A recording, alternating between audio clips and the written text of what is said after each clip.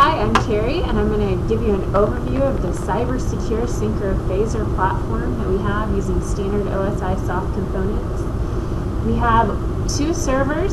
Each one has a Pi server that are redundant, and each one has interfaces that are connecting to two different PMUs, redundant PMUs. So this represents the PMUs, and this each represent one server box.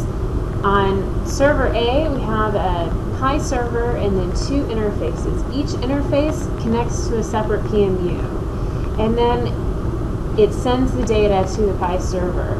Not only does it send it to the first Pi server, but it sends it redundantly to the second Pi server in case the first Pi server were to fail. Additionally, on the second Pi server, we have instances of the interface that are in failover with the first instances of the interface. So interface A, connecting to PMU 1, is in failover with interface A on the second server. If it were to fail, interface A on the second server would take over and start writing data to both Pi servers. And then this is the hardware for the cssp.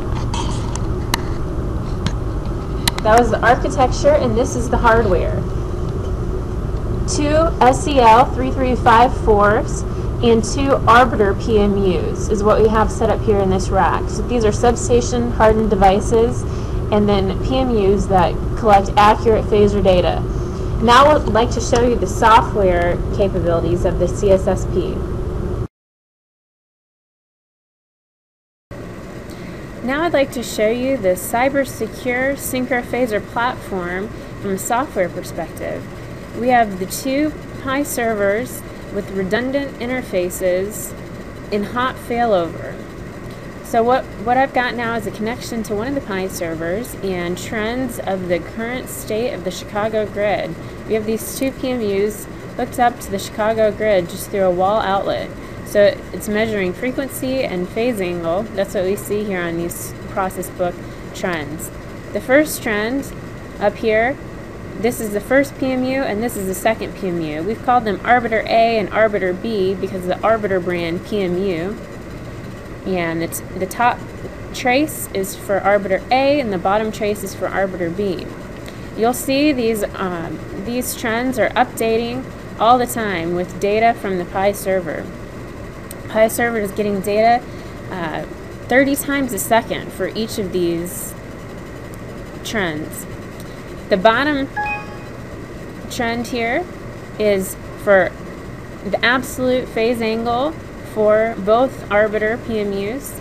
You'll see discontinuities here, and perhaps you wonder what that sharp drop off or sharp increase is.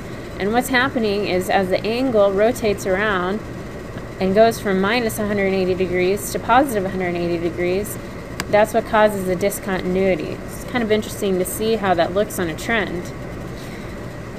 One final thing on this display that you'll see is the state of our interfaces.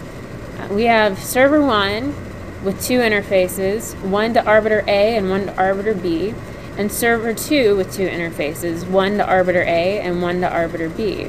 So server 1 here is primary for both interfaces. Arbiter B, server 1, primary. Arbiter A, server 1, primary.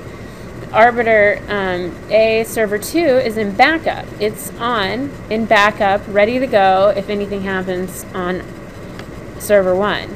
Same thing for the interface to Arbiter B on server 2. It's in backup as well.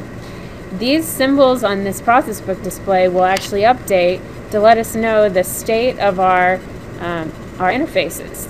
So let me just show you. I'll minimize the process book display.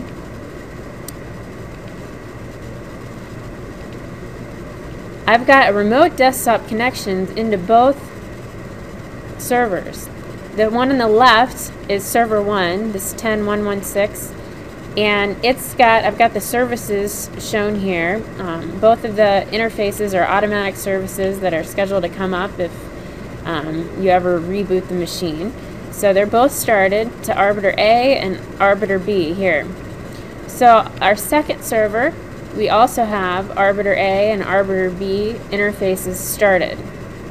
So if I were to stop one of my interfaces, on server 1, which is we're running as primary, you'll see these interfaces over here. As long as we're running, they're going to come up and take over for the interface that gets stopped. What you'll see on the trend is the primary interface here will go to off when I turn it off, and the backup interface will go to primary. On the data, what you'll see is a lag for a couple of seconds for the trace from arbiter A as the data gets transitioned over to the other interface, and then it gets filled back in from the buffer for the backup interface. So let's see what happens. This is arbiter A interface on server 1. I'm going to stop this service. It's going to stop the interface. And now I'm going to pull this display back up. You see our interface has gone to off.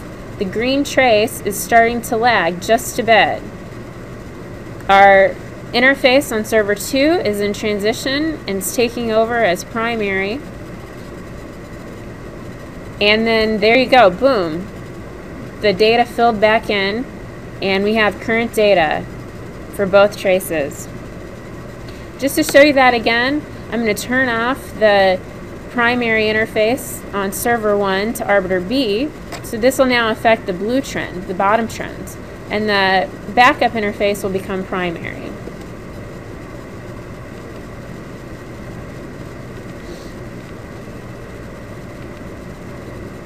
So we'll have both of our interfaces shut down on server 1. Once again, the interface on server 1 is going to off. Interface on server 2 says backup now. It'll go to transition, and then it'll take over as primary. Notice that the data is lagging just a bit here. But there you go, boom. It's filled in, and it's become primary.